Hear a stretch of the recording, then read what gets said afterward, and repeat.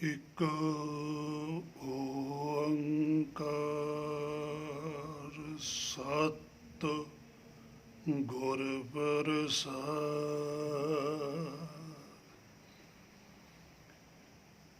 ਵਿਸਰ ਨਾਹੀ ਦਤਾਰ ਆਪਣਾ ਨਾਮ ਦੇਹੋ ਗੁਣੀ ਗਾਵਾਂ ਦਿਨ ਰਾਤ ਨਾਨਕ ਚਾਓਏ ਹੋ। ਸਰਬ ਕਲਾ ਸਮਰੱਥ ਹੈ ਸੱਚੇ ਪਾਤਸ਼ਾਹ, ਆਪ ਜੀ ਦਾ ਬੇਅੰਤ ਸ਼ੁਕਰ ਹੈ। ਇਹ ਜੋ ਸਮਾਂ ਆਪ ਜੀ ਨੇ ਗੁਰਬਾਣੀ ਸ਼ਬਦ ਦੀ ਵਿਚਾਰ ਕਰਨ ਦਾ ਬਖਸ਼ਿਸ਼ ਕੀਤਾ ਹੈ, ਸੋ ਆਪ ਕਿਰਪਾ ਕਰੋ ਮੇਰੇ ਮਨ ਨੂੰ ਇਸ ਗੁਰਬਾਣੀ ਦੀ ਸੋਝੀ ਬਖਸ਼ੋ। ਸੋ ਚੱਲ ਰਹੀ ਗੁਰਬਾਣੀ ਸ਼ਬਦ ਦੀ ਵਿਚਾਰ, ਜਿਸ ਵਿੱਚ ਆਪਾਂ ਨੇ ਇੱਕ ਬਾਰੇ ਜੋ ਗੁਰਬਾਣੀ 'ਚ ਵਿਖਿਆਨ ਹੈ ਉਸ ਦੀ ਸੋਝੀ ਪ੍ਰਾਪਤ ਕੀਤੀ ਹੈ। ਉਸ ਤੋਂ ਉਪਰੰਤ ਸ਼ਬਦ ਹੈ ਓੰਕਾਰ।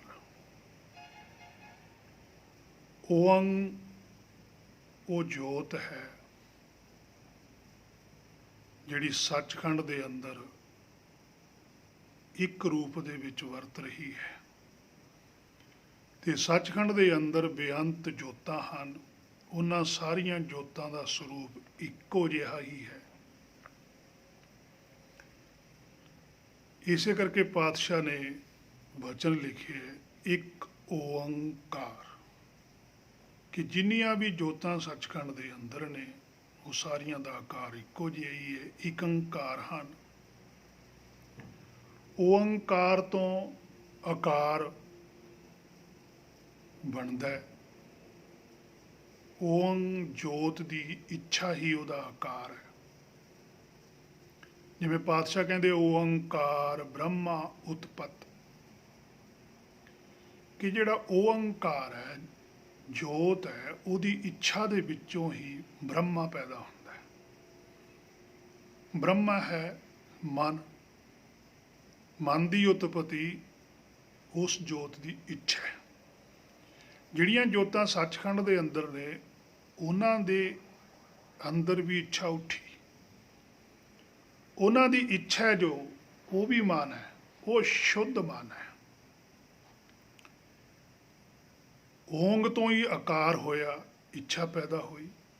ਪਰ ਸਭ ਤੋਂ ਵੱਡੀ ਜਿਹੜੀ ਵਿਲੱਖਣਤਾ ਹੈ ਉਹ ਇਹ ਹੈ ਕਿ ਓਂਗ ਦੇ ਆਕਾਰ ਹੁੰਦੇ ਹੋਏ ਵੀ ਉਹਨਾਂ ਦਾ ਆਕਾਰ ਇੱਕ ਹੈ। ਇਸੇ ਕਰਕੇ ਓੰਕਾਰ ਦੇ ਨਾਲ ਏਕਾ ਹੈ।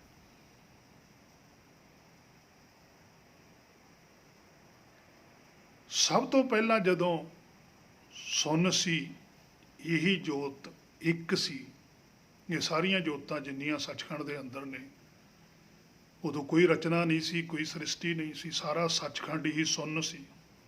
ਭਾਵ ਕਿ ਹਰ ਇੱਕ ਜੋਤ ਦਾ ਮਨ ਉਹਦੇ ਵਿੱਚ ਸਮਾਇਆ ਹੋਇਆ ਸੀ। ਜਿਵੇਂ ਆਪਾਂ ਗੁਰਬਾਣੀ ਚੋਂ ਹੀ ਇਸ ਨੂੰ ਵੇਖਾਂਗੇ, ਆਪਾਂ ਆਪਣੇ ਵੱਲੋਂ ਕੋਈ ਫੈਸਲਾ ਨਹੀਂ ਦੇ ਸਕਦੇ। ਗੁਰਬਾਣੀ ਦੇ ਵਿੱਚ ਜਿਹੜਾ ਉਹ ਸ਼ਬਦ ਹੈ, ਇਹ ਤਿੰਨ ਰੂਪਾਂ ਵਿੱਚ ਆਉਂਦਾ ਹੈ। ਊੜੇ ਦਾ ਮੂੰਹ ਖੁੱਲ੍ਹਾ ਤੇ ਥੱਲੇ ਔਂਕੜ, ਊੜੇ ਦਾ ਮੂੰਹ ਖੁੱਲ੍ਹਾ ਤੇ ਆੜੇ ਉੱਤੇ ਅੰਗ ਟਿੱਪੀ ਓੰਗ, ਊੜੇ ਦਾ ਮੂੰਹ ਖੁੱਲ੍ਹਾ ਆੜਾ ਆੜੇ ਉੱਤੇ ਅੰਗ ਟਿੱਪੀ ਕੱਕੇ ਨੂੰ ਕੰਨਾ ਰਾਰਾ ਆਕਾਰ ਓੰਕਾਰ। ਊੜੇ ਦਾ ਮੂੰਹ ਖੁੱਲ੍ਹਾ ਆੜੇ ਉੱਤੇ ਟਿੱਪੀ ਕੱਕੇ ਨੂੰ ਕੰਨਾ ਰਾਰੇ ਨੂੰ ਸਿਆਰੀ ਓੰਕਾਰ ਨੇ। ਇਹ ਸ਼ਬਦ ਗੁਰਬਾਣੀ ਦੇ ਅੰਦਰ ਆਉਂਦੇ ਆ। ਸਭ ਤੋਂ ਪਹਿਲਾ ਸ਼ਬਦ ਪਾਤਸ਼ਾਹ ਕਬੀਰ ਸਾਹਿਬ ਨੇ ਓੰਕਾਰ ਉਚਾਰਨ ਕੀਤਾ। ਗੌੜੀ ਰਾਗ ਦੇ ਅੰਦਰ ਅੰਗ 340 ਦੇ ਉੱਪਰ गौड़ी पूर्वी भगत कबीर जियो की। ओंकार आद मैं जाना, लेखर मेटै ताहे न माना। सोई लख मिटना ना होई। ये शब्द गुरबाणी ਦੇ ਅੰਦਰ ਦਰਜ ਹੈ। ਪਾਤਸ਼ਾਹ ਕਹਿੰਦੇ ਓੰਕਾਰ ਆਦ ਮੈਂ ਜਾਣਾ, ਕਿ ਉਸ ਓੰਕਾਰ ਨੂੰ ਮੈਂ ਜਾਣਿਆ ਜਿਹੜਾ ਸਾਰੀ ਸ੍ਰਿਸ਼ਟੀ ਦਾ ਆਦ ਹੈ। ਓੰਕਾਰ ਜੋਤ ਦੀ ਇੱਛਾ, ਸ਼ਬਦ, ਹੁਕਮ। ਹੁਕਮ ਨੂੰ ਜਾਣਿਆ ਜਾਂਦਾ ਹੈ ਕਿਉਂਕਿ ਸ੍ਰਿਸ਼ਟੀ ਹੁਕਮ ਨੇ ਪੈਦਾ ਕੀਤੀ, ਤੇ ਜਿਨ੍ਹਾਂ ਨੇ ਸ੍ਰਿਸ਼ਟੀ ਪੈਦਾ ਕੀਤੀ ਹੈ ਉਹ ਹਾਕਮ ਨੇ, ਉਹ ਅਨਾਦਿ ਨੇ। ਉਹਨਾਂ ਦਾ ਆਦ ਅੰਤ ਨਹੀਂ ਹੈ। ਜੋਤ ਦਾ ਕੋਈ ਆਦ ਅੰਤ ਨਹੀਂ ਹੈ। ਜੋਤ ਦੀ ਇੱਛਾ ਦਾ ਆਦ ਅੰਤ ਹੈ। ਜਦੋਂ ਜੋਤ ਦੇ ਅੰਦਰ ਇੱਛਾ ਉੱਠੀ ਹੈ ਉਹ ਆਕਾਰ ਰੂਪ 'ਚ ਹੈ। ਜਦੋਂ ਜੋਤ ਦੇ ਅੰਦਰ ਇੱਛਾ ਨਹੀਂ, ਭਾਵ ਕਿ ਉਹ ਨਿਰੰਕਾਰ ਹੈ। ਜਦੋਂ ਇਹ ਇੱਕ ਸੀ, ਸੁੰਨ ਸਮਾਧ ਵਿੱਚ ਸੀ, ਤਾਂ ਸਾਰੇ ਇੱਕੋ ਜਿਹੇ ਸਨ, ਤੇ ਫਿਰ ਸਾਰਿਆਂ ਦੇ ਅੰਦਰ ਇੱਛਾ ਉੱਠੀ। ਹੁਣ ਜਿਸ ਦੇ ਅੰਦਰ ਇੱਛਾ ਤਾਂ ਉੱਠੀ ਸੱਚ ਦੀ, ਆਪਣੇ ਆਪ ਦੀ ਹੋਈ, ਉਹ ਤਾਂ ਨਿਰੰਕਾਰ ਹੀ ਨੇ। ਪਰ ਜਿਨ੍ਹਾਂ ਦੇ ਅੰਦਰ ਇੱਛਾ ਮਾਇਆ ਦੀ ਉੱਠ ਖੜੀ, ਉਹਨਾਂ ਦੇ ਅੰਦਰੋਂ ਮਨ ਪੈਦਾ ਹੋ ਗਿਆ। ਉਹ ਅਸ਼ੁੱਧ ਮਨ ਹੈ, ਤੇ ਜਿਹੜੀਆਂ ਜੋਤਾਂ ਸੱਚਖੰਡ ਦੇ ਅੰਦਰ ਨੇ ਉਹਨਾਂ ਦਾ ਸ਼ੁੱਧ ਮਨ ਹੈ। ਉਹ ਸੱਚੇ ਦੀ ਦੇਹੀ ਹੈ। ਉਹਦਾ ਸ਼ਬਦ, ਉਹਦਾ ਹੁਕਮ। ਸ਼ਬਦ ਦਾ ਆਕਾਰ ਹੈ, ਇਹ ਨਹੀਂ ਕਿ ਸ਼ਬਦ ਦਾ ਆਕਾਰ ਨਹੀਂ ਹੈ, ਪਰ ਸ਼ਬਦ ਦਾ ਜਿਹੜਾ ਆਕਾਰ ਹੁੰਦਾ, ਜਿਹੜੀ ਜੋਤ ਸ਼ੁੱਧ ਹੈ, ਉਹਦਾ ਜਿਹੜਾ ਸ਼ਬਦ ਹੈ, ਉਹਦਾ ਜਿਹੜਾ ਹੁਕਮ ਹੈ, ਉਹ ਸਵਾਰਨ ਹਾਰਾ ਹੁੰਦਾ ਹੈ। ਉਹ ਕਿਸੇ ਦੇ ਭਲੇ ਵਾਸਤੇ ਹੈ। ਪਰ ਜਿਹੜੀ ਜੋਤ ਦੇ ਅੰਦਰੋਂ ਸ਼ਬਦ ਮਾਇਆ ਦਾ ਉੱਠ ਖੜਿਆ ਹੈ, ਉਹ ਵੀ ਸ਼ਬਦ ਹੈ, ਉਹ ਵੀ ਮਨ, ਜਿਹਨੂੰ ਆਤਮਾ ਕਹਿੰਦੇ ਆ, ਇਹ ਵਿਗਾੜਨਹਾਰ ਹੈ ਇੱਕ ਦੇ ਦੋ ਰੂਪ ਹੀ। ਜੇ ਇੱਕ ਦੇ ਅੰਦਰ ਸ਼ੁੱਧ ਇੱਛਾ ਹੈ ਤਾਂ ਉਹ ਨਿਰੰਕਾਰ ਹੈ, ਜੇ ਇੱਕ ਦੇ ਅੰਦਰ ਅਸ਼ੁੱਧ ਇੱਛਾ ਹੈ ਤਾਂ ਉਹ ਆਕਾਰ ਹੈ, ਤਾਂ ਮਨ ਹੈ। ਮਨ ਹੈ ਜਿਹੜਾ ਇਹ ਵਿਗਾੜਨਹਾਰ ਹੈ, ਕਿਉਂਕਿ ਮਨ ਨੇ ਹੀ ਸੱਚਖੰਡ ਦੇ ਵਿੱਚੋਂ ਵਿਗਾੜ ਪੈਦਾ ਕੀਤਾ ਹੈ। ਅਸਲ ਵਿੱਚ ਸਾਨੂੰ ਬਿਮਾਰੀ ਸੱਚਖੰਡ ਦੇ ਅੰਦਰ ਹੀ ਲੱਗੀ ਹੈ। ਹਉਮੈ ਪੈਦਾ ਹੋ ਗਈ। ਜਿਹੜਾ ਸਾਡਾ ਮੂਲ ਹੈ, ਜੋਤੀ ਹੈ, ਉਹਦੇ ਅੰਦਰ ਹਉ ਪੈਦਾ ਹੋਈ। ਹਉ ਦਾ ਇਲਾਜ ਕਰਨ ਵਾਸਤੇ ਸਾਨੂੰ ਫਿਰ ਮਿਰਤ ਲੋਕ ਵਿੱਚ ਆਉਣਾ ਪਿਆ। ਇੱਥੇ ਆ ਕੇ ਸਾਨੂੰ ਸਰੀਰ ਮਿਲਦਾ, ਸਰੀਰ ਦੇ ਨਾਲ ਸਾਨੂੰ ਮੈਂ ਮਿਲ ਜਾਂਦੀ ਹੈ। ਆਏ ਤਾਂ ਸਾਹ ਬਿਮਾਰੀ ਘਟਾਉਣ ਵਾਸਤੇ, ਸਗੋਂ ਬਿਮਾਰੀ ਵਧਾ ਲਈ। ਸੋ ਵੈਸੇ ਵੀ ਸ਼ਬਦ ਅੱਖਰਾਂ ਦੇ ਵਿੱਚ ਅਸੀਂ ਵਰਤਦੇ ਹਾਂ, ਕਿਉਂਕਿ ਸਾਨੂੰ ਇਨਸਾਨੀ ਭਾਸ਼ਾ ਦੇ ਵਿੱਚ ਸ਼ਬਦ ਦੀ ਲੋੜ ਹੈ। ਜਿਹੜਾ ਸੱਚਖੰਡ ਦਾ ਸ਼ਬਦ ਹੈ, ਉਹਨੂੰ ਕਿਸੇ ਅੱਖਰਾਂ ਦੀ ਲੋੜ ਨਹੀਂ, ਕਿਸੇ ਭਾਸ਼ਾ ਦੀ ਲੋੜ ਨਹੀਂ। ਉਹ ਭਾਸ਼ਾ ਤੋਂ ਪਰੇ ਹੈ। ਉਹ ਤਾਂ 84 ਲੱਖ ਜੂਨ ਨੂੰ ਸੋਝੀ ਕਰਾ ਰਿਹਾ ਹੈ, ਪਸ਼ੂਆਂ ਨੂੰ, ਜੀਵਾਂ ਨੂੰ, ਜੰਤੂਆਂ ਨੂੰ, ਜਲ ਵਿੱਚ ਕੀ, ਥਲ ਵਿੱਚ ਕੀ, ਆਕਾਸ਼ ਵਿੱਚ ਕੀ। ਪਰ ਜਦੋਂ ਸਾਡੇ ਕੋਲ ਇਨਸਾਨੀ ਸਰੀਰ ਆਉਂਦਾ ਹੈ, ਇਹਦੇ ਗਿਆਨ ਇੰਦਰੇ ਨੇ, ਇਹਨਾਂ ਦੇ ਲਈ ਸਾਨੂੰ ਸ਼ਬਦ, ਅੱਖਰ, ਧੁਨੀ, ਇਹਦੀ ਲੋੜ ਪੈਂਦੀ ਹੈ। ਇਹਦੇ ਵਿੱਚੋਂ ਸਾਨੂੰ ਗਿਆਨ ਦਾ ਵਿਸ਼ਾ ਹੈ, ਧਰਮ ਸਾਡੇ ਲਈ। ਬਾਕੀਆਂ ਜੂਨਾਂ ਲਈ ਗਿਆਨ ਦੀ ਲੋੜ ਨਹੀਂ ਹੈ। ਉਹ ਪਰਮੇਸ਼ਰ ਆਪ ਦੀ ਮਰਜ਼ੀ ਨਾਲ ਦੇ ਹੀ ਰਿਹਾ ਉਹਨਾਂ ਨੂੰ ਸਾਰਾ ਕੁਝ। ਅਸੀਂ ਵੀ ਉਹਨਾਂ ਜੂਨੀਆਂ ਦੇ ਵਿੱਚੋਂ ਹੀ ਚੱਲ ਕੇ ਤੱਕ ਆਏ ਹਾਂ। ਬੀਜ ਮੰਤਰ ਸਰਬ ਕੋ ਗਿਆਨ, ਉਹ ਤਾਂ ਸਾਰਿਆਂ ਨੂੰ ਇੰਡੀਕੇਟ ਕਰਦਾ, ਤਾਂ ਹੀ ਤਾਂ ਜੂਨੀ ਅੱਗੇ ਵੱਧਦੀ ਹੈ। ਪਰ ਸਾਡੇ ਲਈ ਸਾਡੇ ਕੋਲ ਗਿਆਨ ਇੰਦਰੇ ਹਨ। ਅਸੀਂ ਉਹਨਾਂ ਗਿਆਨ ਇੰਦਰਿਆਂ ਦੇ ਦੁਆਰਾ ਹੀ ਸੁਗਿਆਨ ਪ੍ਰਾਪਤ ਕਰਨਾ ਹੈ।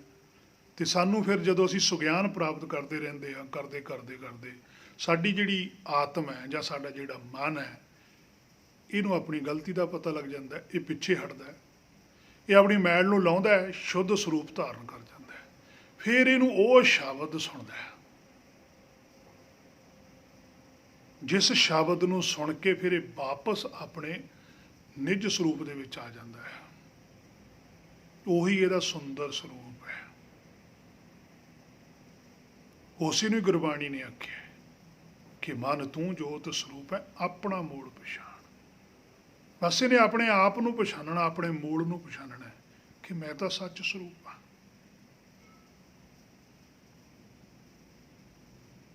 ਸੋ ਜਦੋਂ ਇਹ ਆਪਣੇ ਆਪ ਨੂੰ ਸੱਚ ਸਰੂਪ ਨੂੰ ਜਾਣ ਲੈਂਦਾ ਹੈ, ਫਿਰ ਇਹ ਸਮਿਰਤ ਲੋਕ ਦੇ ਵਿੱਚ ਰਹਿੰਦਾ ਹੋਇਆ ਵੀ ਉਸ ਸੱਚਖੰਡ ਦਾ ਹਿੱਸਾ ਬਣ ਜਾਂਦਾ ਹੈ, ਜਿਵੇਂ ਭਗਤ ਸਾਹਿਬਾਨ ਸਨ।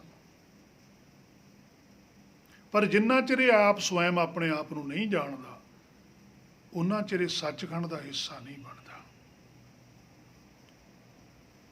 ਓਅੰਕਾਰ ਆਦਿ ਮੈਂ ਜਾਣਨਾ, ਕਹਿੰਦੇ ਮੈਂ ਜਾਣਿਆ ਓਅੰਕਾਰ। ਓਅੰਕਾਰ ਸ਼ਬਦ ਸਭ ਤੋਂ ਪਹਿਲਾਂ ਪਾਤਸ਼ਾਹ ਰਵਿਦਾਸ ਜੀ ਨੇ ਵਰਤਿਆ ਗੌੜੀ ਰਾਗ ਦੇ ਅੰਦਰ। ਗੌੜੀ ਦਾ ਭਾਵ ਹੀ ਹੁੰਦਾ ਕਿ ਹਰ ਇੱਕ ਗੱਲ ਨੂੰ ਬਹੁਤ ਗੌਰ ਦੇ ਨਾਲ ਵਿਚਾਰਨਾ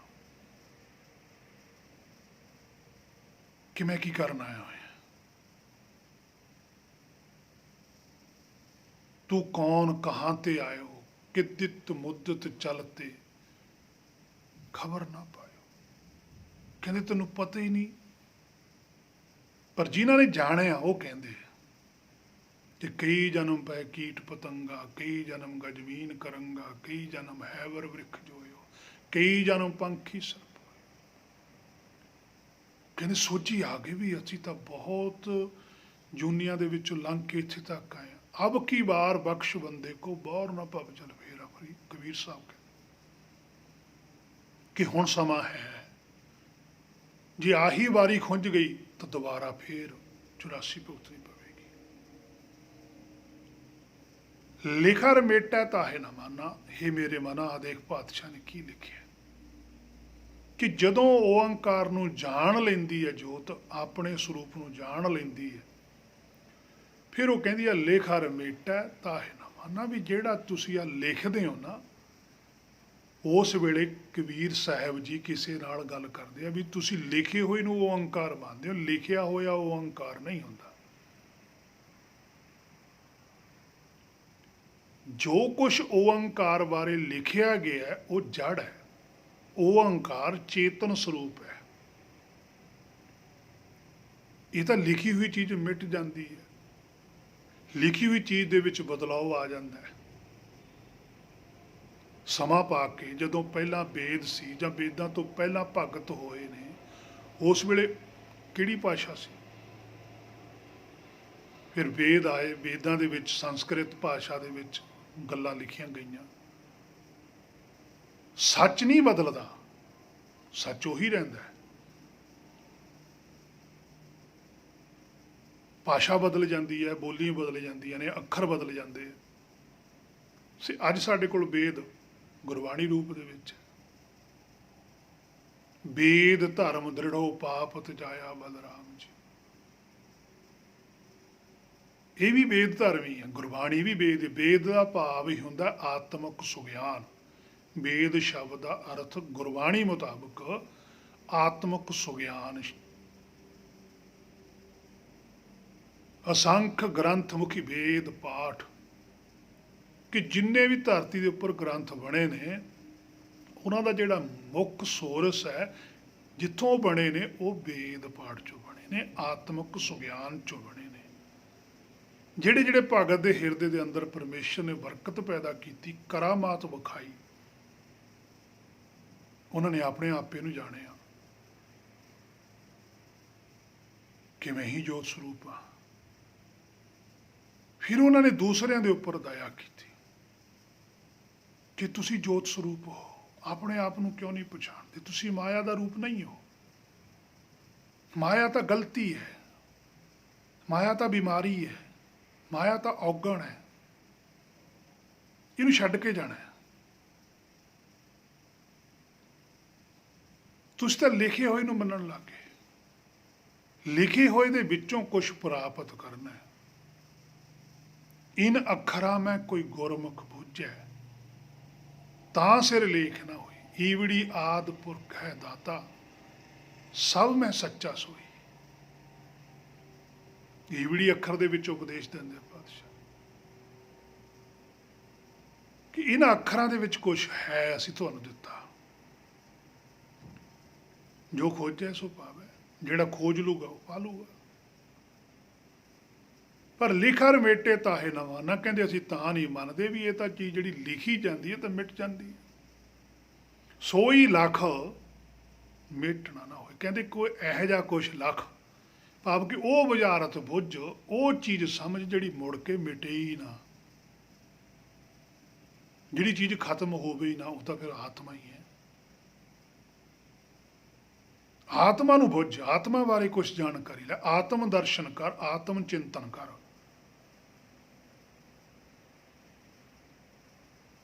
ਆਪਣੇ ਆਪ ਨੂੰ ਸਵਾਰ। ਮਿਟਣਾ ਨਾ ਹੋਈ, ਫਿਰ ਮਿਟਦਾ ਨਹੀਂ ਹੈ ਕੁਛ। ਫਿਰ ਤੈਨੂੰ ਆਪਣੇ ਆਪ ਦੀ ਸੋਝੀ ਹੈ, ਫਿਰ ਤੂੰ ਆਪਣੇ ਸਰੂਪ ਨੂੰ ਜਾਣ ਲਏਗਾ।